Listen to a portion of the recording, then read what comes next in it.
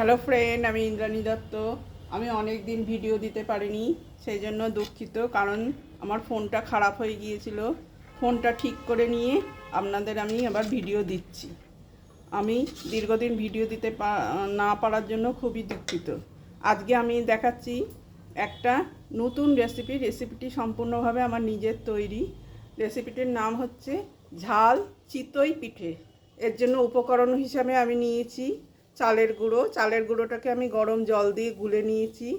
এর মধ্যে দিয়েছি ধনেপাতা কুচি, লঙ্কা কুচি, আর সামান্য নুন, মিষ্টি আর খাবার সোডা। এই সমস্ত উপকরণ দিয়েই হয়ে যাবে আমাদের ঝাল চিতই পিঠে। প্রথমে দেখুন আমি কড়াই বসিয়ে দিয়েছি। কড়াইটার মধ্যে আমি একটু সাদা তেল বেগুনের বোটা দিয়ে এরমভাবে দিয়ে নেব।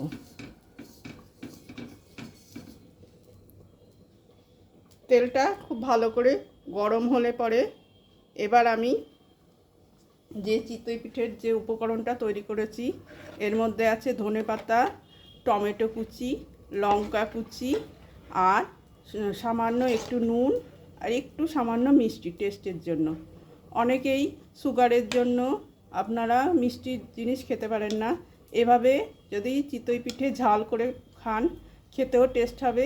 এটা কিন্তু খুব একটা স্বাস্থ্যকর খাবার আর খুব সহজে হজম হয়ে যায় আর আপনার পেট ভরবেও। এ দেখুন আমি এক হাতা গোলা এই কড়াইয়ের ওপর দিয়ে দিচ্ছি।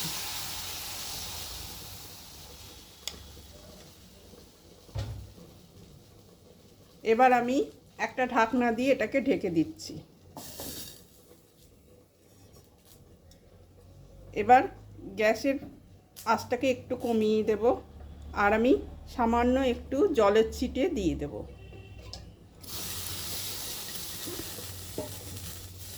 এবার আস্তে আস্তে এটা একটু হতে 3-4 মিনিট সময় লাগবে।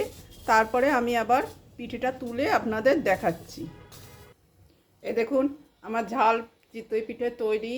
যখন পিঠেটা হয়ে যাচ্ছে তখন কিন্তু আমি আবার পিঠেটাকে উল্টে অপর পিঠটা একটুখানি হালকা করে সেঁকে নিচ্ছি, নাহলে কিন্তু কাঁচা কাঁচা থাকবে।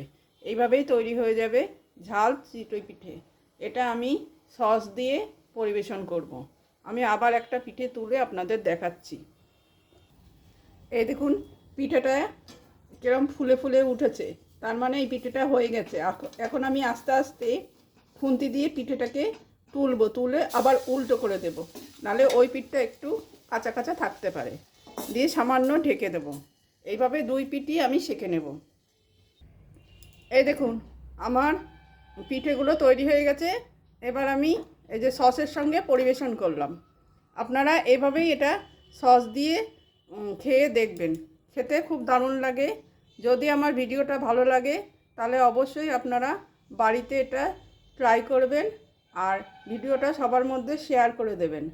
তাহলে আপনার একটা লাইক, একটা কমেন্ট আর একটা শেয়ার করলে আমার কিন্তু অনেক উপকার হবে। এভাবে অবশ্যই আপনারা ঝাল চিতই পিঠে বাড়িতে বানিয়ে খেয়ে দেখবেন। আর আজকে কিছু বললাম না, যদি আমার ভিডিওটা ভালো লাগে তাহলে দেখবেন, এই বলেই আমি আমার ভিডিওটা আজকে শেষ করলাম।